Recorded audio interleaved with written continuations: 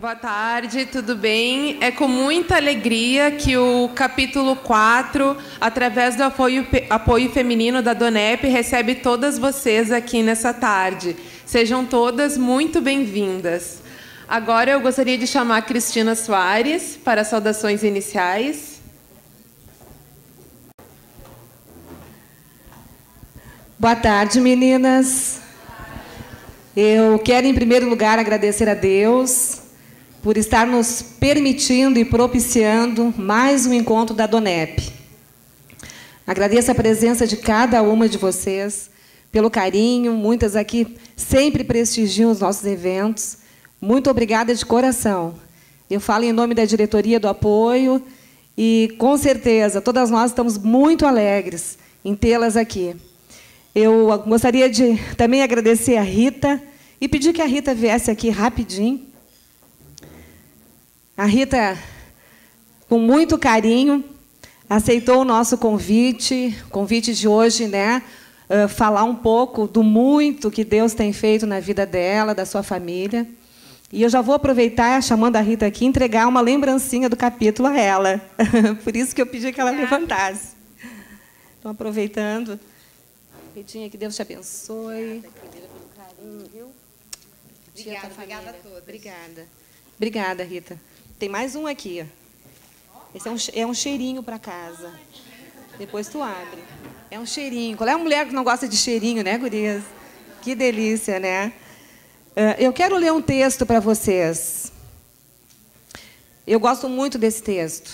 Tá? E ele diz assim: e todos nós, que com a face descoberta contemplamos a glória do Senhor, segundo a sua imagem, estamos sendo transformados com glória cada vez maior, a qual vem do Senhor, que é o Espírito. Eu tenho convicção, gurias, que nessa tarde, né, depois do testemunho que a Rita vai contar para todas nós, nós não vamos sair daqui como nós entramos. Eu tenho essa certeza. Né? Então, eu peço assim, ó, que vocês abram o seu coração, abrem os ouvidos também, a sua mente, e deixe o Espírito Santo trabalhar nos seus corações através do testemunho da Rita.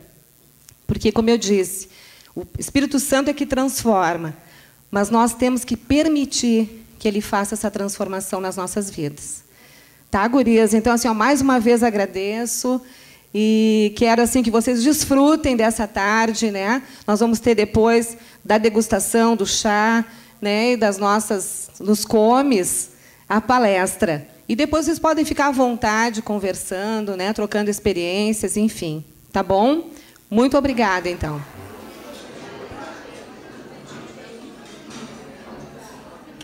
Quem está num evento da DONEP pela primeira vez, por favor, eu gostaria que levantasse a mão.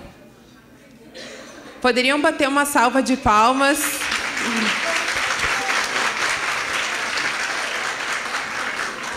Eu sei que muitas não sabem o que é a DONEP, então eu vou explicar para vocês. A DONEP ela é uma associação sem fins lucrativos, fundada em 1952, na Califórnia. Com o passar do tempo, o trabalho cresceu e ela se espalhou pelos 5 continentes em mais de 130 países. E hoje, no Brasil, a DONEP conta com mais de 1.500 capítulos, sendo capítulo o nome dos núcleos que nós damos em cada cidade. O chá que vocês participam hoje, ele é realizado pelo capítulo 4 da DONEP, através do apoio feminino. Essa associação ela reúne empresários, empresárias, profissionais liberais, enfim, ela reúne líderes de nossa sociedade. E existe para que esses amigos compartilhem conosco as suas vitórias, seus testemunhos, seu sucesso. E os palestrantes da DONEP, eles não são remunerados. E é por amor que eles compartilham conosco os seus testemunhos. A DONEP é uma associação e quem deseja se associar, basta procurar por alguém da diretoria. A DONEP ela edita as revistas A Voz e A Resposta, elas que estão sobre a mesa de vocês, e são presente do nosso capítulo para cada uma. Nessas revistas contam com 4 depoimentos de mulheres e homens que foram transformados pelo poder de Deus. São depoimentos muito parecidos com o que nós vamos assistir agora. O nosso capítulo tem um site, que é www.adonep.com. E no site vocês encontram artigos de liderança, encontram os DVDs dos eventos anteriores, e além de outros artigos e testemunhos. Na contracapa das revistas tem o nosso endereço do site. E a Donep também ela tem um canal na TV, que é o canal 6 da NET. Nós temos também a livraria da Donep, ali atrás, que vocês encontram livros editados pela própria Donep e encontram também os DVDs dos outros eventos. Hoje, nós recomendamos o livro chamado O Povo Mais Feliz da Terra, que conta a história da Donep. Aproveita a nossa livraria também para estar presenteando amigos e amigas que eu tenho certeza que vão ser muito edificados com a leitura. Curtam esse evento, porque eu tenho certeza que vocês não vão sair daqui da mesma forma como vocês entraram. Agora chegamos no momento mais importante do nosso chá. Eu vou chamar a nossa palestrante de hoje, a Rita de Cássia de Matos Costa, design de interiores no Rio de Janeiro, esposa do José Roberto e mãe da Marcela e do João.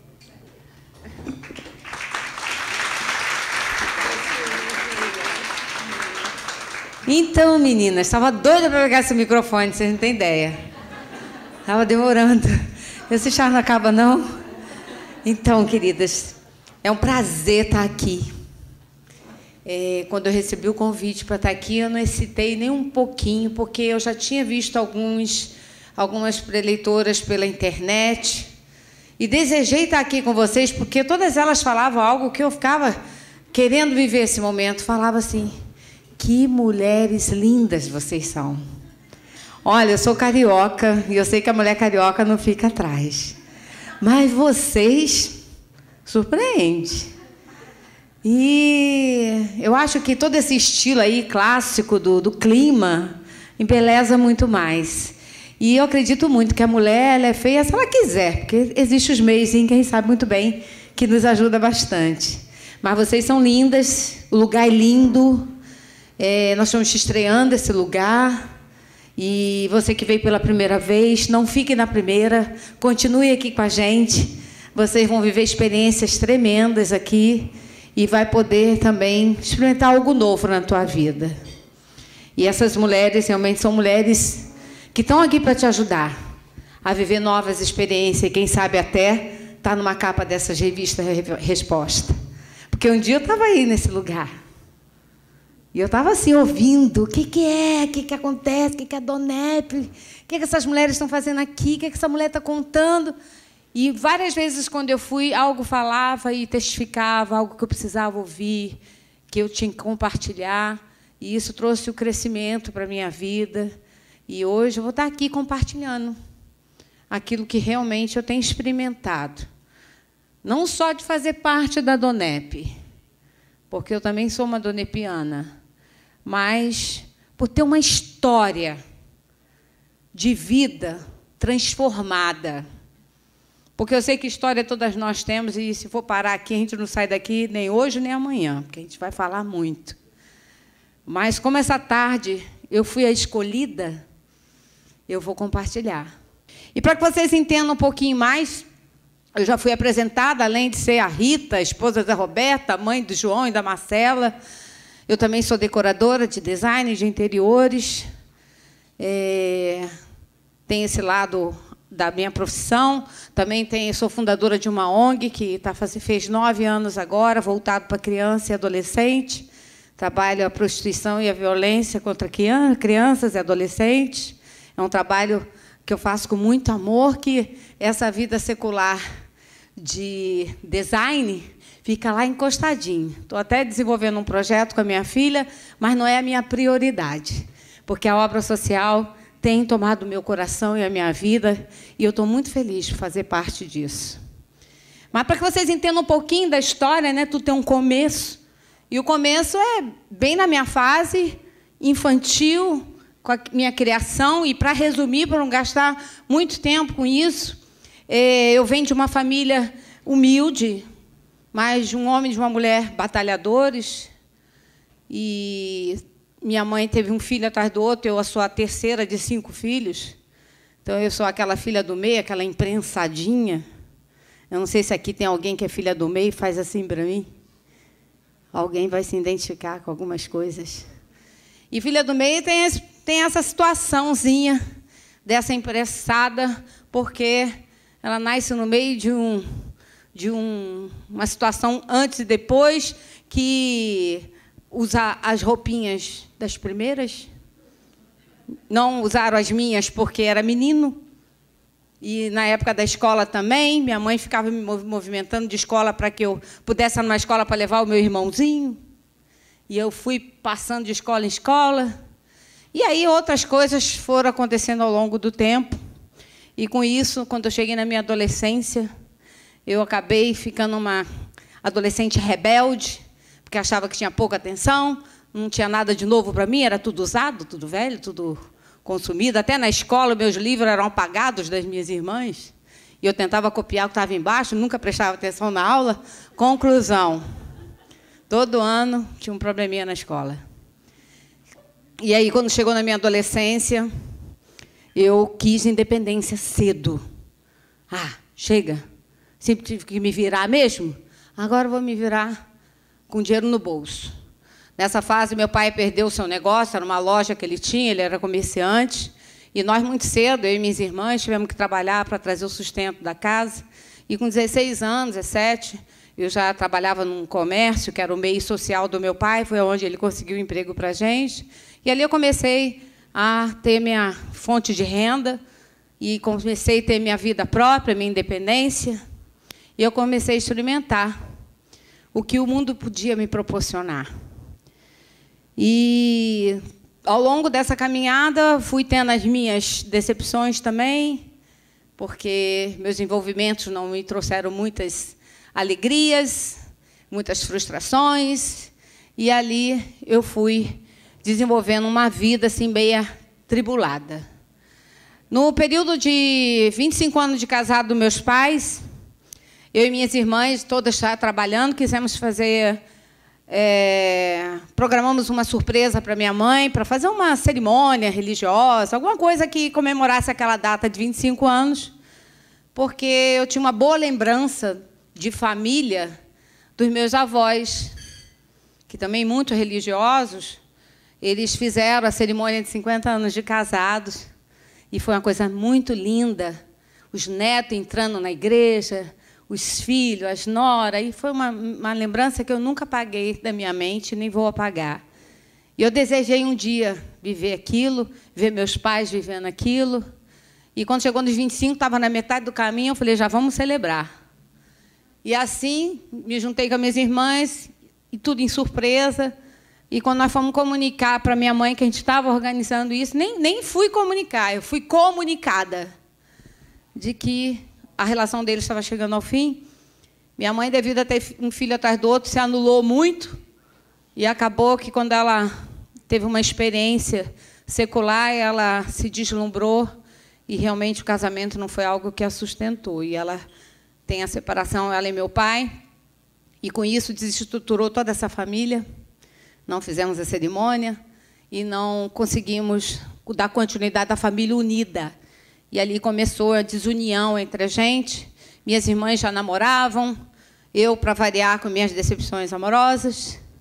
E elas, imediatamente, depois da separação dos meus pais, elas, cada uma foi providenciar o casamento delas. Uma casou só no cartório, a outra casou, foi morar na casa da cunhada e saiu casada de lá. E a outra, mais nova, 16 anos, casou grávida. E foi aquele desequilíbrio na família. Meu irmão se envolveu com a droga, e ali aquela luta, aquela situação, a ausência da mamãe fazia realmente com que a família se desestruturasse. E ali eu não aguentei aquela batalha, eu falei, já tinha dinheiro, podia me sustentar um pouco. Eu fiz uma proposta para ela e chamei ela para morar num cantinho, numa casinha bem humilde, e a gente recomeçar a nossa vida. E ali, mais do que a metade do salário era para o aluguel daquela casa, para o sustento daquela casa. E ali a gente morou por um ano, eu, ela e meu irmão. Meu irmão ainda é muito envolvido com a droga, mas tentando sair. E, um ano depois, ela resolve realmente ter vida própria com essa pessoa. E ela, olha, eu vou tentar minha vida, e agora ele vai ter uma casinha, a gente vai reformar a casinha dele. E ela seguiu o caminho dela, e, mais uma vez, eu me vi assim, e agora? Meu pai já estava envolvido com essa outra pessoa, que eu tenho uma irmã de 18 anos hoje, e a vida continuava, e a minha tinha que continuar também. E ali eu tive uma experiência que desses empregos que eu passei, voltados geralmente para o comércio, eu tive a oportunidade de entrar num banco para vender um produto de plano de saúde. E ali eu fui fazer um curso em São Paulo, me especializei, entrei nesse banco, e eu fui numa função de gerência. E, quando eu cheguei naquele espaço físico, eu encontrei uma pessoa, e eu me identifiquei com aquela pessoa, olhei para ela, ela olhou para mim, eu só vi aquela... descida, tinha uma escada no meio do espaço, e eu vi umas pernas assim, tão grossas. E eu olhava aquela perna, quando eu subia assim, era a tal pessoa que eu... Ué, quem é você? Eu te conheço, não sei de onde. Ah, eu também te conheço, não sei de onde. A gente começou aquela conversa. E ali a gente lembrou de onde a gente se conhecia. E, nessa fase em que eu fazia essas noitadas, eu tinha uma conhecida que morava perto da minha casa, e o namorado dela tinha carro. E ela me dava a carona para ir para os boates, para as noitadas. Só que a mãe dela era muito rígida, e ela só podia sair com o namorado se levasse o irmão. Sabe aquelas coisas antigamente? E ali o irmão tinha que ir junto com ela no banco de trás. E eu entrava no carro, sempre tinha aquele irmão, ele era gordinho, sentado atrás. Ah, tá, boa noite, e seguia caminho. Só que esse irmão cresceu e era um homem com essas pernas grossas, porque ele não ficou mais gordo, só as perninhas. E a gente lembrou toda essa história, né?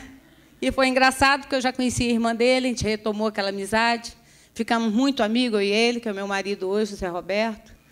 E ali, naquele relacionamento no banco, trabalhando junto, eu vi que, para eu estar vendendo meu negócio, eu tinha que ter relacionamento, eu não conhecia ninguém naquele banco.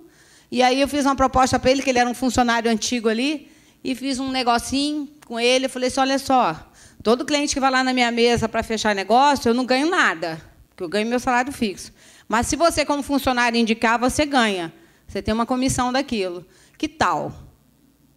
Chegou lá, eu boto teu código, e, no final, a gente divide o lucro. Aceitou. O cara bombou, foi um dos melhores vendedores do banco. Isso estimulou ele também a oferecer o produto. E ele chegou a um cargo de gerência e depois de diretoria nesse banco, porque ele se destacou nas vendas. Com isso, ele foi trocando de carro, a gente foi fazendo seguro, e a gente saía para fazer seguro. O carro velho dele, gente, só Jesus na calça. Aquele carro velho dele, que era um chevetinho, quando ele passava a quarta ou a terceira, eu não sei nem se tinha a quarta aquele carro, vinha a mão nas minhas pernas, assim, sempre escorregar. E eu, sai para lá, pirralho. E aí, nessa brincadeira, ele terminou com a namorada dele, eu terminei com o meu namorado, e a gente começou uma história juntos. E ali a gente começou a namorar, trabalhando junto, saindo para fazer negócio, namorando. Aí, chegava às quarta-feira, eu não tinha controle, porque ele sumia, de repente, no banco, quando eu ia ver, já tinha ido embora. Na época não tinha celular, não, tá, amadas?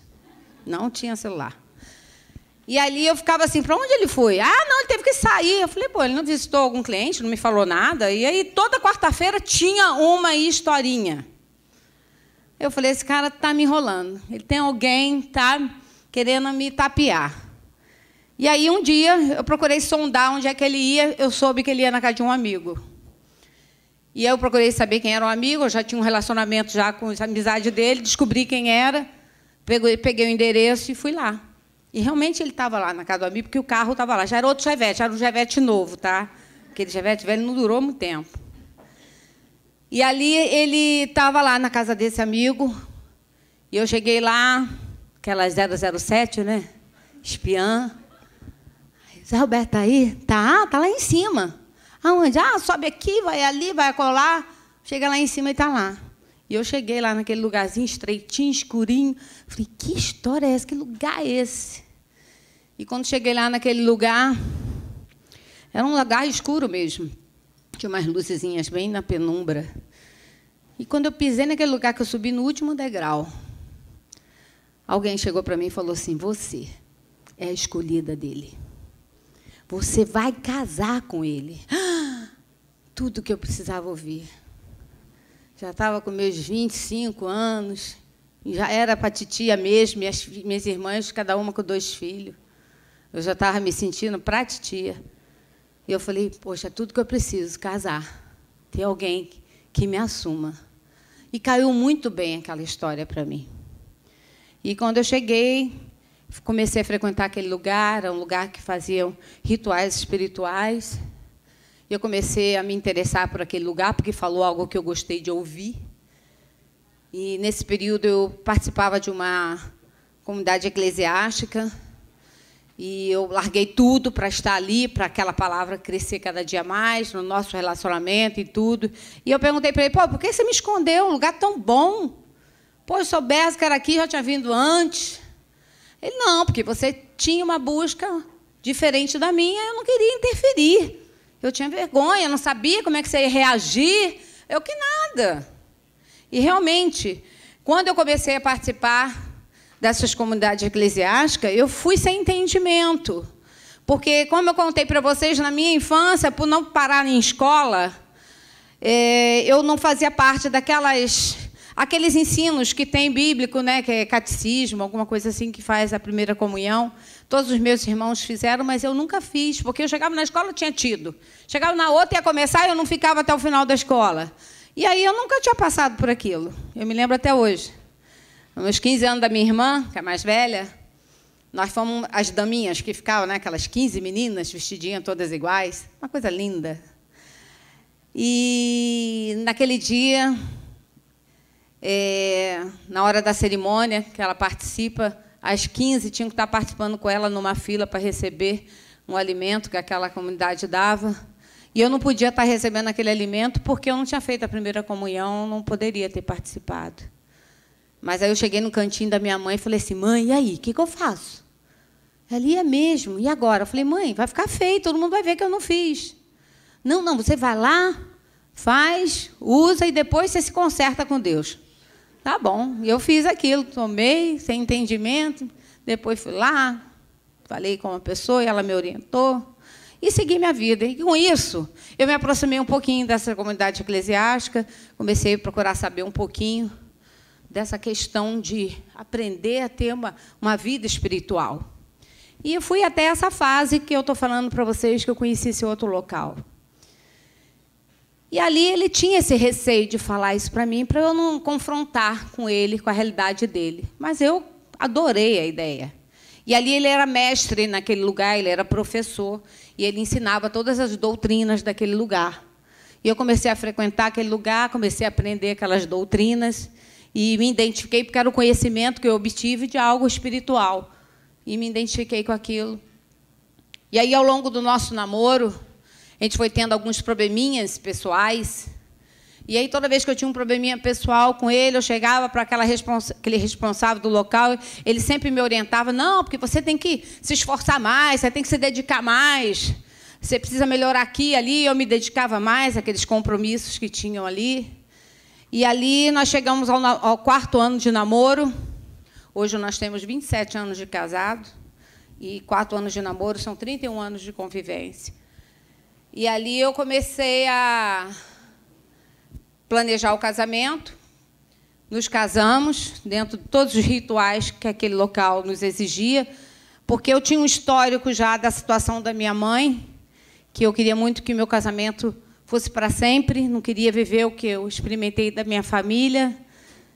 E ele também tinha tido uma experiência com a família dele na mesma proporção de adultério e tudo mais, e ele também tinha um desejo no coração que, quando ele se resolvesse ter uma vida com alguém, seria para sempre. E por que a gente queria que fosse para sempre? A gente queria que desse tudo certo. E o que dependesse da gente, a gente ia fazer tudo certinho para nada dar errado. E assim nós fizemos, buscamos os rituais ali exigidos, acompanhamos tudo, fizemos tudo de acordo. Parte da minha família não participou dessa cerimônia, porque não concordava. Aí eu tive que fazer a cerimônia também na comunidade eclesiástica, e aí foi para a sociedade, foi muita gente, também com rituais embutidos ali, sem eles saberem, mas dentro dos padrões ali daquela comunidade, e seguimos caminho, felizes para sempre. Mas no primeiro ano de casamento não foi difícil, não foi diferente. Com 4 meses de casada, eu comecei a ter problemas com ele, porque ele era muito da noite, ele gostava muito de noitada. Eu já tinha vivido essa fase da minha vida. A gente tem diferença de 4 anos, mas se você olhar na foto depois, ninguém diz. Cabecinha branca, ninguém diz. Mas lá, quando era pirralho, a diferença era grande. Ali, ele começou a querer ter aquelas noitadas, eu já casei, agora eu quero sossegar, né? Quero ter família, quero ter estrutura para ter uma família tranquila. E ali que foi exatamente o que aconteceu. Com 1 ano de casado, as crises não melhoraram, e ele começou a me pressionar, falando, sabe qual é o seu problema? Você sempre quis ter um filho, porque eu sempre falava, igual a Xuxa, produção independente. Se eu não tiver casada até com 30, eu vou ter meu filho. E aí, você aqui quer? Você está chegando aos seus 30 anos, você quer ter filho, e você bota a responsabilidade toda em cima de mim. Vamos programar essa gravidez. Eu falei, então tá, vamos programar. E programamos. E realmente foi tudo muito planejado. Até deixar a brechinha da janela aberta para vir menina, eu fiz. E funcionou, hein? Sei lá. Dei sorte. E aí veio minha menininha, a Marcela. A gente fez aquele quarto lindo, já tinha o dom do design e nem sabia, porque a casa ficou uma casa de boneca. O quarto dela era um quarto de princesa. E ali eu não tinha estudado ainda para isso. Aí eu comecei a botar toda a minha expectativa nisso. E quando ela nasceu, foi aquele momento maravilhoso de família, o Roberto muito participante, uma gravidez super saudável, tudo certo. 4 meses da Marcela nascida, a gente foi abatido por uma demissão no trabalho dele. Esse banco que ele trabalhou por tantos anos demitiu ele. E a gente tinha investido todo o dinheiro do fundo de garantia no imóvel que a gente comprou para casar. Então, ele saiu praticamente sem dinheiro nenhum daquela situação. E eu era sacoleira, já não trabalhava mais nesse banco, porque, na época que, antes de casar, eu já tinha deixado o banco para ser sacoleira, porque eu vendia muita roupa. E eu vendia na Globo, Manchete, grandes empresas no Rio. E eu preferi largar aquele emprego que tinha um fixo para ter a quantidade de roupa que eu vendia era muito grande, então valia a pena a troca.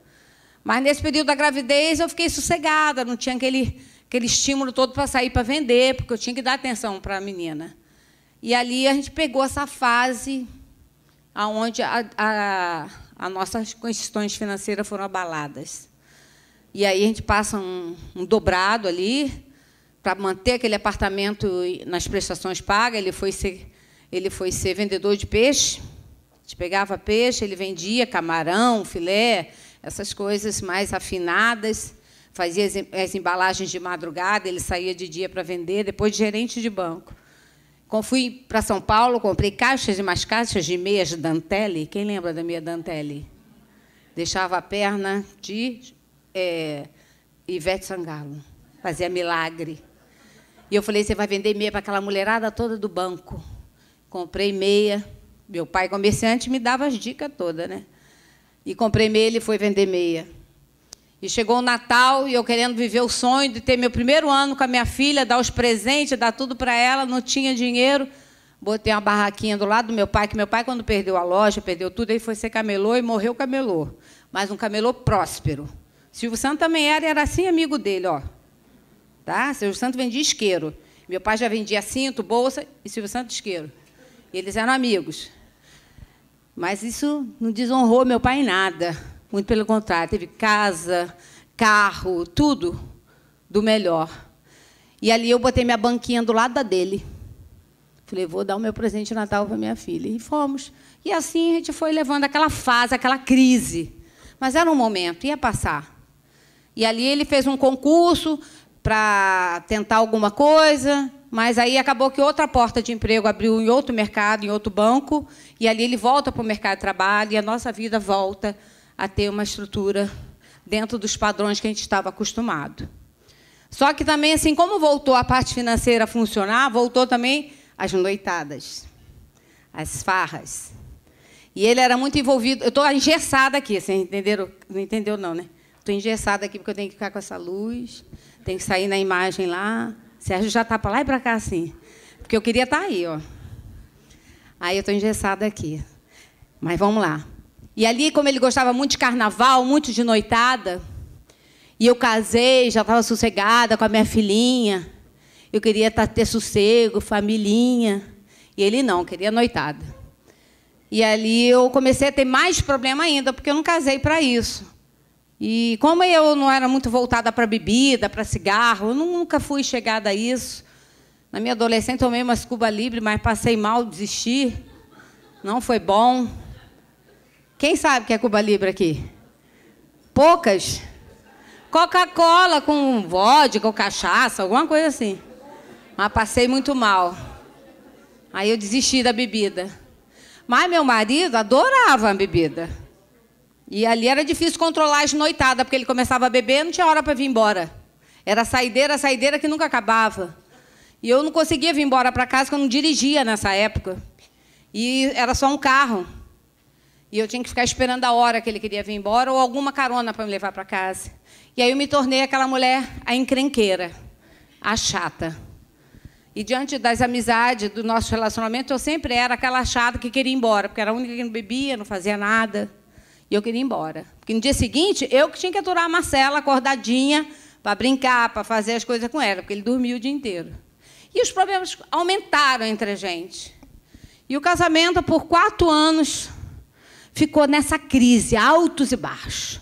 Altos e baixos. Quando era carnaval, então, que a crise subia, o termômetro subia.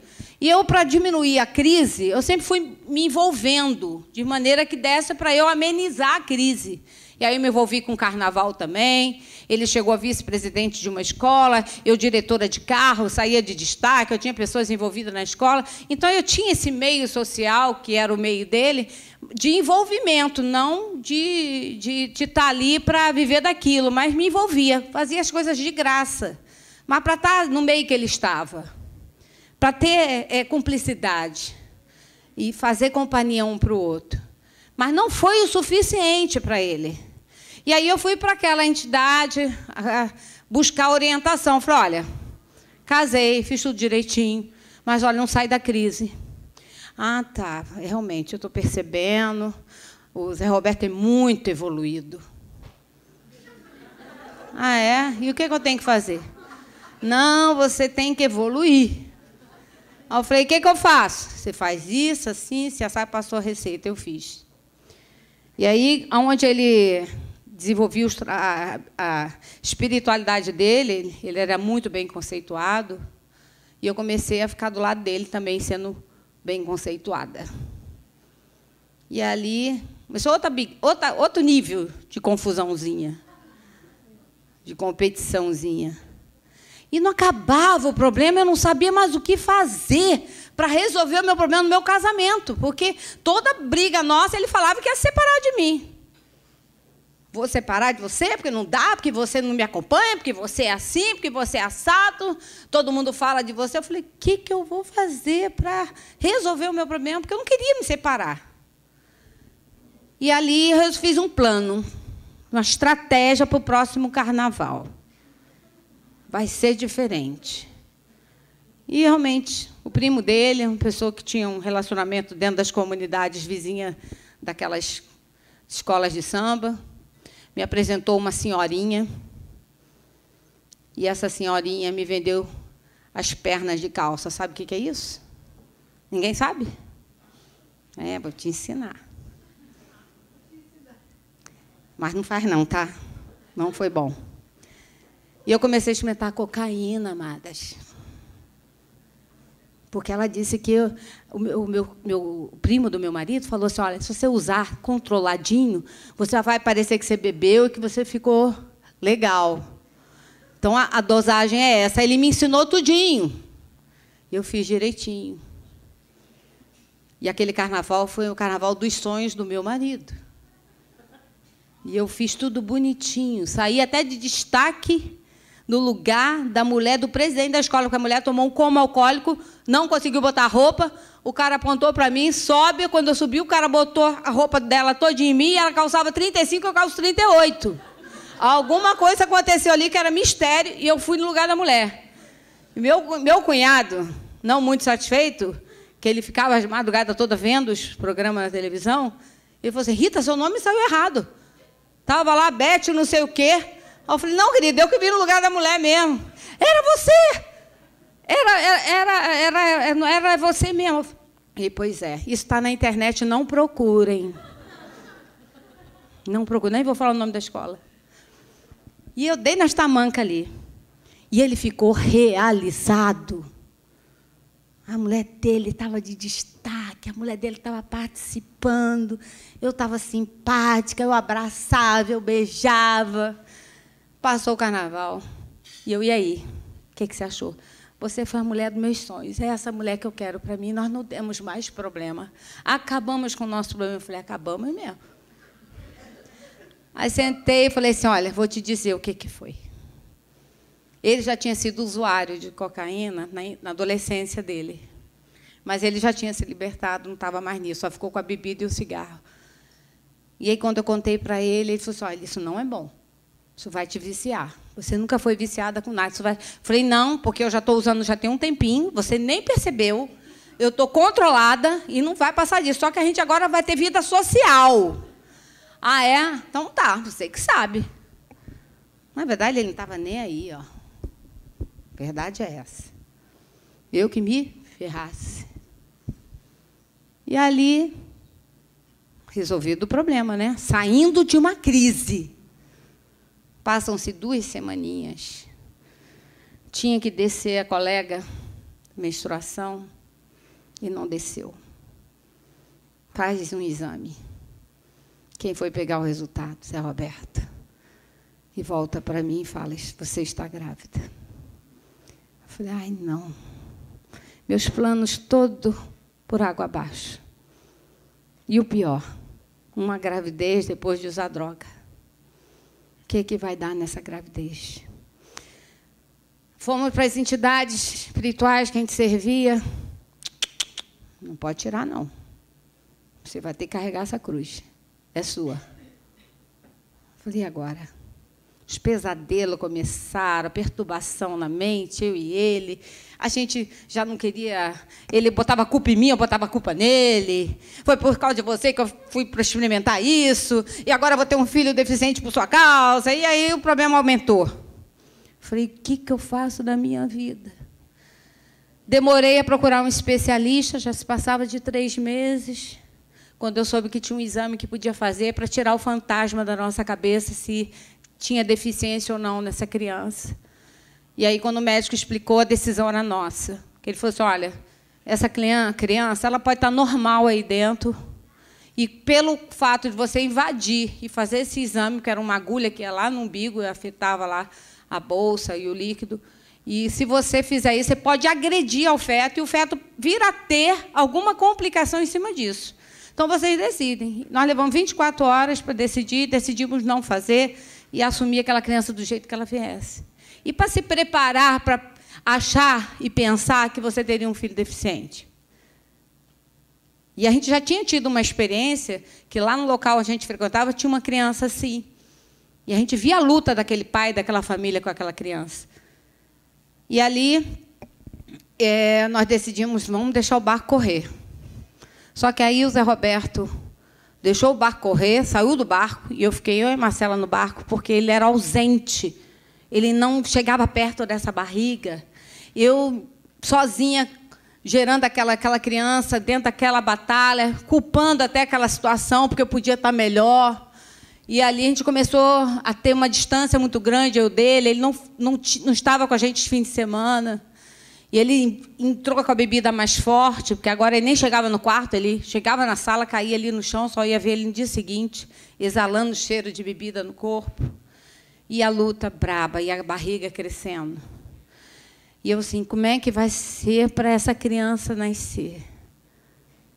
E uma das coisas que eu quis fazer para tentar amenizar o problema de lembranças que poderiam ficar para essa criança foi programar a chegada dele com a filmagem que eu tinha feito com a Marcela, porque a Marcela foi tão programada que eu contratei empresa para filmar o parto, para filmar o quarto, para fazer tudo.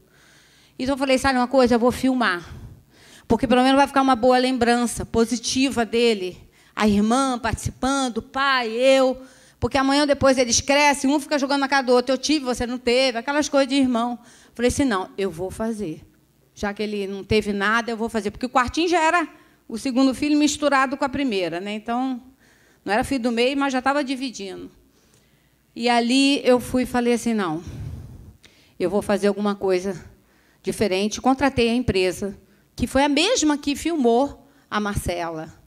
Essa empresa ela filmou o parto, filmou o aniversário da Marcela, ficou amiga da família, fez festa para as minhas outras amigas todas.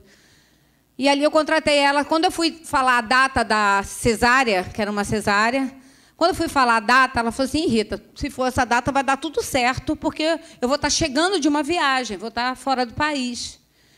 Então, se for tudo certinho, eu falei, não, vai ser tudo certinho, mas gravidez nunca foi parto normal, sempre cesárea, sempre organizei tudinho, sempre deu direitinho, que a Marcela foi assim, toda programadinha.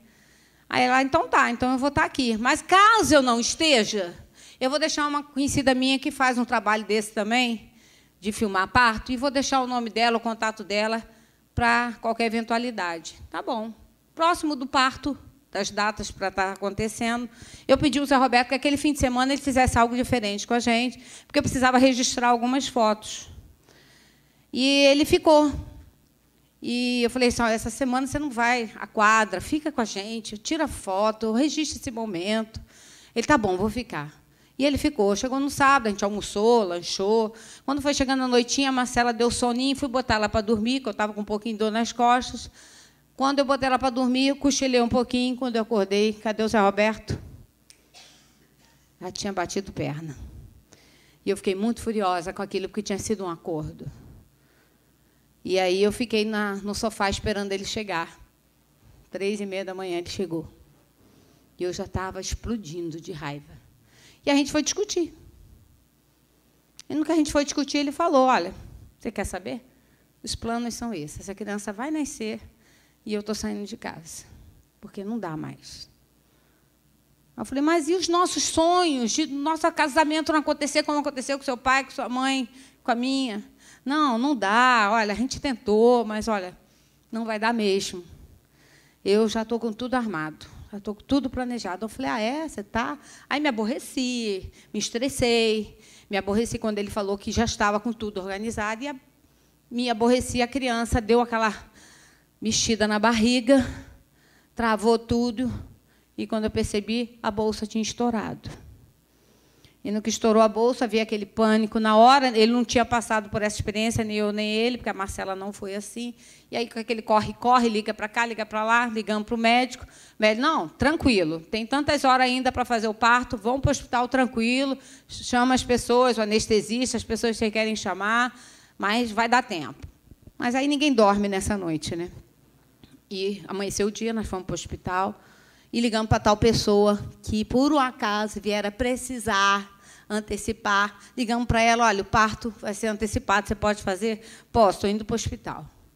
Ela chegou lá no hospital, chegou lá, a gente já estava no quarto, e a brincadeira era o seguinte, a família toda sabia das crises. E todo mundo foi para o hospital para ver o quê, porque o Roberto já tinha contado o plano dele para todo mundo, eu só fiquei sabendo naquela madrugada, mas todo mundo já sabia. E todo mundo queria ver se ele ia ter coragem de fazer o que ele falou. E ele estava naquele nível de álcool que exalava pelo corpo. E a brincadeira era essa. Rita nem precisa ser anestesiada, que um bafo do Zé Roberto, ela está anestesiada. A brincadeira era essa, o nível da bebida. E ali a gente entrou no centro cirúrgico, mas antes a gente teve uma conversinha, assim, rapidinha.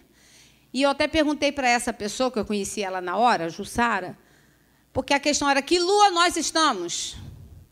Porque, quando era data tal, a lua seria tal. Como antecipou, que lua nós estamos? E a menina, não sei que lua. Eu perguntava, você sabe que lua é ela? Não, não sei.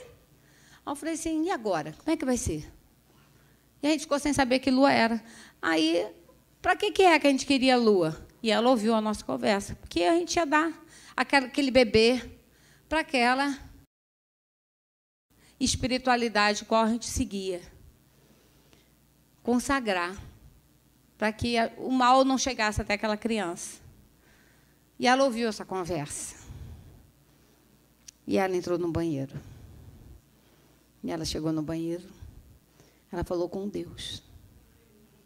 E ela falou, Senhor, eu estou aqui a trabalho, mas, acima de tudo, eu sou tua serva. Eu não posso ouvir uma conversa dessa e achar que está tudo bem. Faz algo, Senhor. Me usa. Eu não vi nada, sabia de nada. Ela foi para o centro cirúrgico com a gente. Quem fez cesárea aqui sabe que tem um pano assim na tua frente, você não vê nada que está acontecendo lá, você só ouve os barulhinhos. Ela ficou do outro lado, meu marido na minha cabeceira, dando as baforadas dele, porque ele queria ver se essa criança vinha deficiente. Então, ele ficou lá, porque na Marcela ele não entrou, não. Ele não podia sentir cheiro de éter, que ele desmaiava. E aí ele entrou. E o que aconteceu? Na hora do parto, ela preparou o zoom da máquina, e no momento que essa criança sai da minha barriga, ela estende a mão, faz uma oração e entrega essa criança ao Senhor Jesus. Quebra com todo o pacto que pudesse vir a ser feito e ainda profetiza que, através dessa criança, toda essa família viria a conhecer esse Deus vivo. Não vi nada, não sei de nada. Eu só queria saber se o neném estava bem. E o Zé Alberto, está tudo bem, neném está bem, então posso dormir. Tomei anestesia, só acordei no quarto. Ficamos 3 dias no hospital, fomos para casa. Nada de falar que ia embora. O milagre já estava acontecendo ali. Tá bom. Chegou o carnaval, que meu filho nasce nas vésperas do carnaval. Falei, Zé Alberto, faz o seguinte, fica na casa da sua mãe, que é aqui pertinho. Porque era assim, 15 fantasias na minha varanda. E era um entra e sai de gente, bebida para cá e para lá, com criança pequena, não ia rolar. Falei, fica na casa da sua mãe, eu fico aqui, para não ter esse problema de fuso horário. E ele fez assim. E aí, uma semana depois, acabou o carnaval, ele está voltando para casa. E eu já estava com aquela fita, né, gravada, VHS. E ele fala assim, começa a botar roupa na mala, roupa na mala, roupa na mala. Eu falei, para onde a gente vai? Ué, você sabe que todo carnaval eu tiro férias. É verdade, mas eu não fiz minhas malas. Não, você não vai fazer. Aí eu falei, como eu não vou fazer? Não, dessa vez eu vou viajar sozinho. Você lembra daquela conversa que a gente teve? Pois é, eu estou botando meu plano em ação. Eu falei assim, eu não acredito que você vai fazer isso. Não, não, é verdade, eu não sinto mais nada por você, nosso relacionamento acabou, eu vou tentar a minha vida, você vai tentar a sua, não vai te faltar nada, porque eu quero tudo para os meus filhos. Essa criança, ela está saudável, ela não tem problema, então você vai ter vida normal e eu também. E eu vou tentar a minha vida, você tenta a sua. Segunda-feira o advogado vem aí e vai acertar os detalhes do divórcio. Eu não acreditei que eu estava vivendo aquele momento da minha vida. E ali ele fechou a porta e foi embora. E eu vi aquele buraco na minha frente. Uma criança de 4 anos agarrada na minha perna, outro de 10 dias no meu colo, meu peito todo empedrado. Eu falei, não acredito que eu estou vivendo isso. E aí a sensação de morte chega fácil nessa hora. Você quer acabar com a sua vida, porque você não quer encarar uma sociedade. Você não quer encarar parente, você não quer encarar a luta, você quer sumir. E eu estava tentando fazer um plano rápido para ver como é que eu ia fazer isso. Toco o telefone. Não, o telefone nessa hora eu não vou atender. Toco o telefone, eu vou lá atender de má vontade. Aí era, oi, Rita, tudo bem? Jussara. Ah, tá. Olha, aí, gostou do vídeo? Tá bom? Olha, ainda não editei, não. Você pode trocar, botar o que você quiser, não sei o que. Eu falei, peraí, não dá, não estou a fim de falar sobre isso agora. Aí ela, com uma voz muito estranha, ela, o que houve? Está com uma vozinha triste. Eu falei, minha filha, você não sabe o que aconteceu. Meu marido acabou de sair de casa com 2 malas, dizendo que o advogado vem segunda-feira. Eu não tenho condição de falar disso com você. E comecei a falar em cima da mulher. A mulher, calma, do outro lado do telefone. Rita, calma. Olha, eu não tenho nada que eu vou falar aqui que vai trazer consolo para você, que vai te acalmar. Mas eu sei quem pode te ajudar. É, você sabe quem pode me ajudar? Sim. Aí, amada, abre um parênteses aí, porque eu sempre busquei ajuda realmente nas minhas crises de casamento. E eu ia lá naquelas mulheres, eu trago o seu amor de volta em 3 dias. Você ouviu falar? As cartomantezinhas? E eu fazia esses trabalhinhos nas nossas crises. E eu falei assim, é quem? Para ouvir o nome, quem era, porque Niterói é pequenininho, todo mundo se conhece, eu conheço tudo, para saber se eu conhecia ou se era alguém nova. Aí ela falou assim, Jesus. Eu, quem? Jesus? Quando eu falei Jesus, amados, entrou algo dentro de mim. O poder dentro de mim. E eu falei aquele Jesus com tanta força, veio uma energia dentro de mim, uma força dentro de mim, ela falou assim, você quer? Eu falei, eu quero. Em 10 minutos, a mulher estava na minha casa, me levou para um cantinho, um local de oração, e ali aquele homem falou a tarde toda, falando da minha vida toda. Eu, que mulher fofoqueira. Mal me conhece, foi falar da minha vida toda para esse cara. Eu, irritada com ela com meu filho no colo, para lá e para cá, para eu prestar atenção. Falei, tá bom, não é assim, né? A gente não pode confiar em ninguém mesmo. Eu sei que no final, amados, ele faz uma oração, eu repito aquela oração, e eu saio dali diferente. Saí diferente, com uma paz no meu espírito, uma vontade de rir, de me alegrar. E eu não sabia o que estava acontecendo, e as pessoas começaram a falar coisas positivas para mim, seu casamento não acabou, está começando agora. Eu falei, meu Deus, o que é isso? Voltei para casa, botei as crianças para dormir, fui dormir. 6 horas da manhã, toca a campainha. Olhei no olho mágico, José Roberto. Foi melhor do que a que trazia em 3 dias, trouxe em 1 dia. Viu? Duro na queda. Essa foi boa.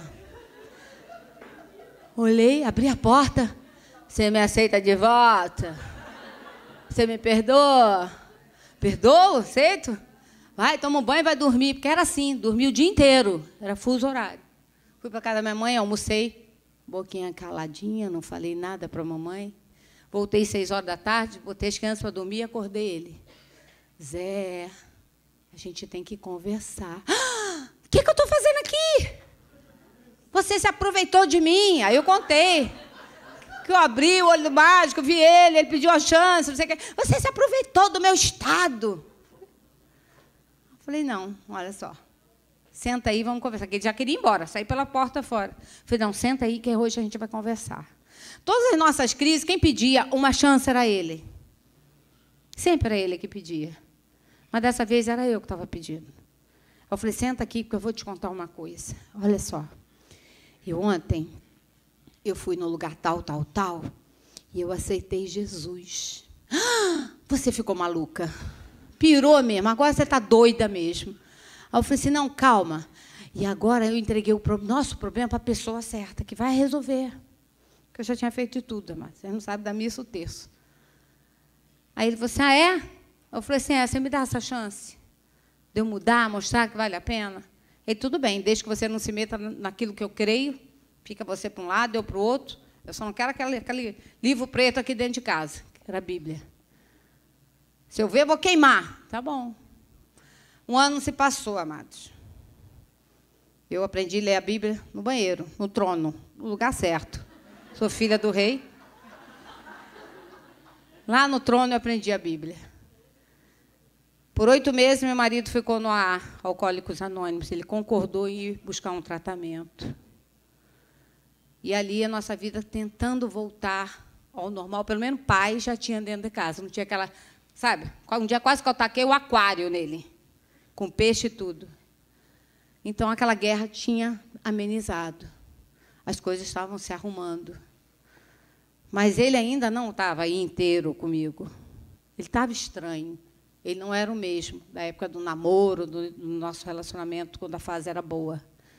E ali ele começou a fazer planos de novo. Próximo carnaval, 1 ano depois, passamos aquele carnaval, fui fazer um retiro, fui passar o carnaval fora, não fiquei em casa. E quando eu estou lá à noite, nesse carnaval, o João não dormiu a noite toda, chorando, chorando. Eu falei, sabe uma coisa, eu vou embora. Porque eu não deixei ninguém da casa dormir com a criança. Vamos embora, eu vou para casa. Quando cheguei em casa, encontrei meu marido todo enfaixado nos braços. Ele tinha voltado a beber naquele carnaval, que no AA fala que caiu, né? E ele deixou a bebida tomar conta dele e ele tentou suicídio, cortando os pulsos num arame farpado. E ali o primo dele chegou na hora e livrou ele, fez o curativo, e ele estava em casa dessa forma. E eu entendi porque eu estava voltando para casa naquele dia. E ali eu me preocupei mais ainda com ele. Passaram alguns dias, ele chegou para mim e falou assim, eu tenho que conversar sério com você. Eu falei, o que houve? Olha só, você está uma mulher diferente, você está mais calma, eu estou vendo a mudança em você. Graças a Deus, nosso filho não tem nada. Mas, olha só, eu estou tentando todas as minhas forças, eu não estou conseguindo. Você não me merece, você merece ser feliz, assim como eu mereço ser feliz, eu quero minha liberdade, não sei o quê. Aquela conversa de forma diferente, mas era a mesma. Falei, não acredito. Ele, não, porque dessa vez já aluguei um apartamento para morar eu e fulano, 2 padrinhos de casamento nossos. E eu estou indo morar com ele. Deixa eu ir. E eu me desesperei. Aí procurei Jussara. Jussara, Zé Roberto fez isso. Calma, Rita. Pegamos um texto bíblico, meditamos, e Deus falava que eu precisava deixar Deus ser Deus e eu confiar nele, porque Ele estava no controle de tudo. E ali eu voltei para casa e falei, tudo bem, é isso que você quer? É. Então vai. Aí ele, me empresta a sua Bíblia? Eu falei, não. A Bíblia é minha arma de guerra, e eu vou ter que ficar com ela. Foi trabalhar no dia seguinte, não conseguiu trabalhar.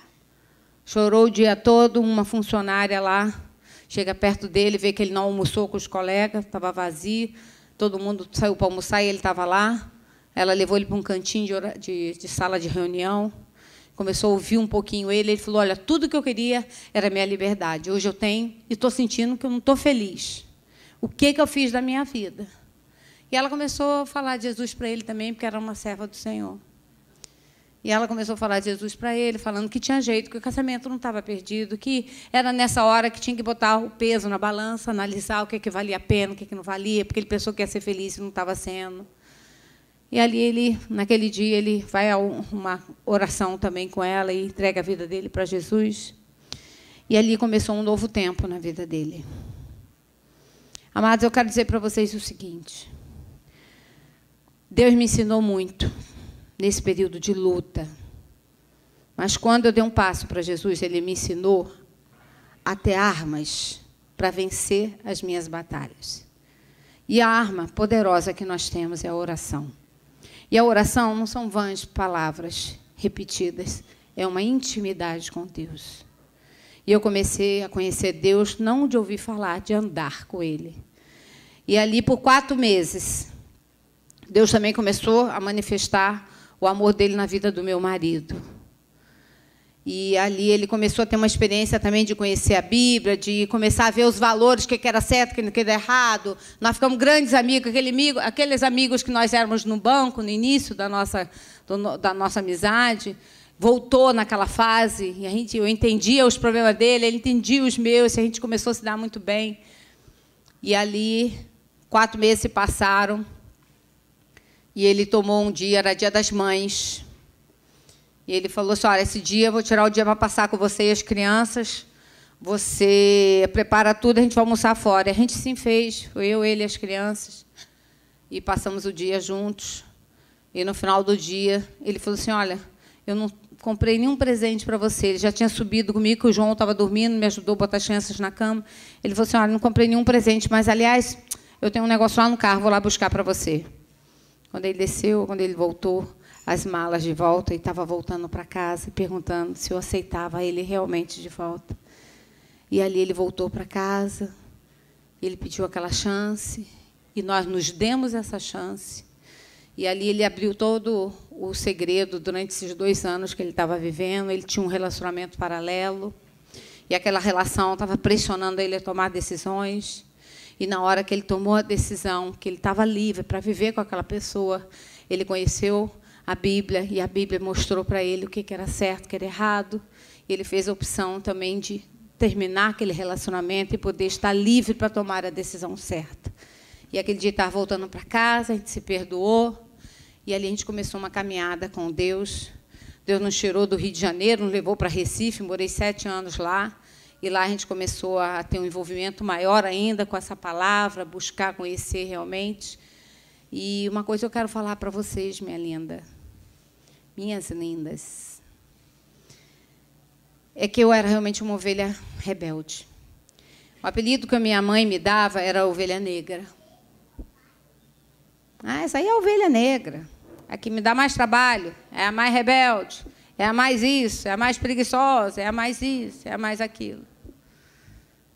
E eu descobri que tem um Deus que me amava tanto, que lá no ventre da minha mãe, ele tinha um plano tão perfeito para mim, que hoje, até hoje, minha linda, eu estou tentando ser a ovelhinha mais branquinha possível para ele, porque ele tem me limpado a cada dia. Hoje, minha mãe, ela olha para mim, e sexta-feira que vem eu vou estar num chá como esse, e minhas irmãs, minha mãe vai estar presente. E ela hoje ela fala que ela vê Deus em mim. Porque aquilo tudo que eu não busquei, que eu não tive o conhecimento na minha infância, na minha base de vida, eu tive o verdadeiro conhecimento que foi através da Bíblia. Eu não estou te oferecendo nenhuma religião, porque a Donep não é religião. A Donep é amor. Está lá. Sua bandeira sobre nós é o amor. E foi esse amor que me alcançou. Se a Jussara lá, uma mulher como uma dessas mulheres, não tivesse tido a iniciativa de se colocar para Deus, que o amor que ela se dedica a essa bandeira não fosse uma verdade na vida dela, ela ficaria calada, não falaria nada, fazia o trabalhinho dela e tchau. Só que ela fez. E Deus usou a vida dela. O amor me alcançou. Eu não sei como você chegou aqui, se você já se sente a mulher mais amada do mundo, e que assim seja. Mas se você entrou aqui com algum tipo de carência, ou alguma dificuldade, ou querendo conhecer esse Deus vivo, esse Deus que fala, esse Deus que se move, esse Deus que transforma situações, que é o Deus do impossível, eu posso te dizer, ele é real. Ele é mais real do que essa cadeira que você está sentada, essa mesa que você está aí. É mais real do que isso.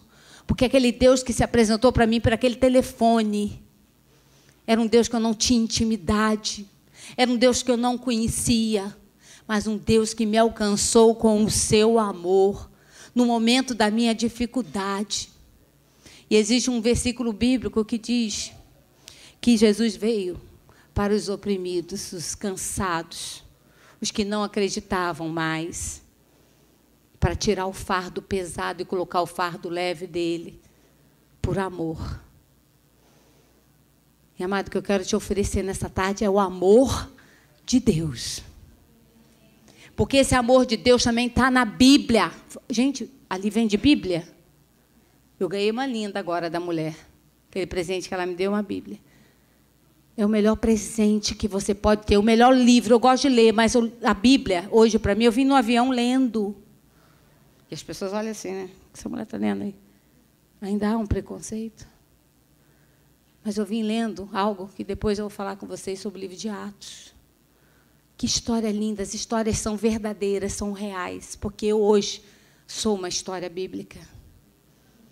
Esse Deus se apresentou para mim como Deus invisível, mas um Deus real, que mudou e atendeu e está atendendo até hoje o desejo do meu coração. Eu já passei dos 25 anos, né? Porque minha mãe não chegou. Eu já passei, minhas irmãs estão passando, e hoje eu estou aqui para dizer que vale a pena. Eu queria que o louvor tocasse, porque tem um louvor que uma oração de confissão, de fé. Porque a Bíblia fala que se você crê com o teu coração e declara com a sua boca que Jesus Cristo é o Senhor, Ele começa a fazer morada dentro de você. E aí, o que você fala não é mais você sozinha, é Ele dando amém, concordando e habilitando a viver os milagres dEle. Então, é isso que eu vou fazer, somente isso. Por isso, precisa declarar. Porque eu não posso falar por você. É você falando para Deus. Vamos fazer isso? Mãozinha no coração, que é o centro das suas emoções, está tudo aí. Feche os teus olhos para você não ficar observando nada em sua volta. É você e Deus agora, olha. É tudo que você tem, o ar que você respira. E tudo que você já viveu até hoje. Vai ser para a mudança de uma nova história. Diz assim comigo, declara assim comigo: Senhor Jesus, eu estou aqui para declarar que eu te reconheço como Filho de Deus, o Senhor dos Senhores. Eu te peço perdão pelas minhas falhas, por não ter buscado te conhecer mais. Mas a partir de agora, eu abro o meu coração para que você more, para que você me ensine tudo a seu respeito. Eu peço perdão pelos meus pecados. Cuida de mim, Jesus. Eu preciso de você. Completa a tua história na minha vida. Aonde eu coloquei um ponto, muda. Coloca a tua vírgula e faz o que tu tem para fazer. Eu te agradeço por essa oportunidade de confessar Jesus Cristo como meu Senhor. Muda a minha história. Eu te peço, em nome de Jesus. Amém? Amém? Tá ligado? Simples desse jeito. Deus é simples. Nós é que complicamos. É dessa forma. É falar o que está no teu coração. E assim as coisas vão mudar. Eu tenho uma lembrancinha aqui para vocês. As minhas amadas vão me ajudar. Que vão vir muitas aqui na frente querer lembrancinha. Essa lembrancinha diz aqui, ó. Agora você faz parte do povo mais feliz da terra. Não te falei que naquela hora veio uma alegria dentro de mim, que eu não contive mais? Essa oração faz isso, ela rompe situações que nós nem imaginamos. E aí você vai fazer parte desse povo mais feliz da terra. E se você fez essa oração pela primeira vez, com essa sinceridade no teu coração, se você fez isso pela primeira vez, você vai vir aqui pegar esse livrinho, aqui tem uns passos que você vai começar a dar, e você vai levar para casa esse livrinho, porque eu vou te dar ele. Vem aqui na frente, não tenha vergonha, é só vir pegar um livro. Vem aqui, amadas, me ajuda. Vem aqui na frente. Não vai embora, porque eu vou orar com vocês mais uma vez. Olha, toma. Você agora faz parte desse povo mais feliz. Não sai não, fica aqui. Fica aqui. Vem, minha amada, vem. Toma um livrinho, segue esse passo a passo, as coisas vão mudar ao teu redor. Não sai daqui, fica aqui. Vem pra cá. Pra cá, que eu vou abraçar todas vocês. Vem pra cá. E aí, tá chorando de alegria, né? Essa alegria de dentro. Vem. Quem tá faltando livrinho? Tá faltando? Alguém falta? Então vem cá. Quero deixar assim a bênção do Senhor sobre a sua vida. A porção que eu tenho alcançado dele, eu quero compartilhar com vocês. Porque é uma nova história. E o Senhor vai fazer grandes coisas. Hoje eu vivo aquilo que eu nem pedi ao Senhor. Não pedi. Mas hoje eu vivo. Porque o fato de estar aqui eu não pedi. Mas eu estou aqui. Porque é assim que Ele faz. É um novo tempo, uma nova história. Novos valores. Eu não sei o que Deus vai fazer na vida de vocês. Mas Ele tem planos. E o primeiro passo você já deu. Confiar, entregar. E deixar que Ele seja Deus. Porque eu tive meu momento de decisão. De querer, não, agora eu quero que você fique agarradinho aqui comigo, que eu vou me sujeitar a tudo para você. Mas não, eu falei, não, você é livre. E ali Deus alcançou ele. Muitas vezes a gente está assim, a gente entrega e puxa de volta. Entrega e puxa de volta. A gente entrega a Deus e puxa. Você quer resolver do nosso jeito? Não, confia. Confia e descansar. Então, queridos, em nome de Jesus, eu sei que algo novo Deus já está fazendo aqui. Já tem um exército aí com você, Cris. Trabalhar essas mulheres nos nossos capítulos aí, nas plenárias, para elas começarem a serem mulheres fortes. E a próxima vez que eu vier aqui, eu vou ouvir você dando um testemunho. Você falando da transformação de Deus na sua vida, ou eu vendo vocês na revista Resposta. Tá bom? Vamos orar, amados? Então, Senhor, eu te louvo, te agradeço por cada mulher que está aqui nessa frente, meu Pai, porque foram mulheres convencidas pelo Senhor a serem mulheres realmente cheias do teu poder. Senhor, eu sei que essa tarde o Senhor falou o coração delas. O Senhor se mostrou como um Deus real. E esse Deus real, Pai, ser com elas, aonde elas estiverem. Cobre a sua família, os seus planos, os seus sonhos, suas fraquezas, Senhor. Toma total controle nessas vidas, porque elas deram um passo de confiança em Ti. Elas declararam com a sua boca que Tu és Senhor. Ensina para elas a Tua palavra, Pai, assim como o Senhor me ensinou, para que elas tenham sede de Ti. Eu selo elas no Teu Espírito, para que a Tua palavra se cumpra na vida delas com as Tuas promessas. Guarda ela, entrada, saída, Senhor. Guarda os seus familiares, protege os Teus sonhos, toma a sua saúde, meu Pai, e ajuda elas a caminhar e serem mulheres mais fortes. Faz isso, Senhor, para que o nome do Teu Filho Jesus seja glorificado através daquilo que o Senhor vai fazer na vida delas. Eu as abençoo para que vivam melhor dessa terra. Aprenda esses passos que está nesse livro, coloque em prática e as coisas vão mudar, porque Deus, Ele é Deus e Ele é soberano e Ele está aqui e Ele vai estar com você em todo o tempo, em nome de Jesus Cristo. Amém? Fiquem na paz. Deus abençoe, que vocês realmente vivam os sonhos que Deus tem para vocês, tá? Quero dar um abraço em todas vocês. Não sai daqui sem me dar um abraço. E se quem quiser ficar no finalzinho para receber uma oração específica, eu estarei aqui para lhe atender.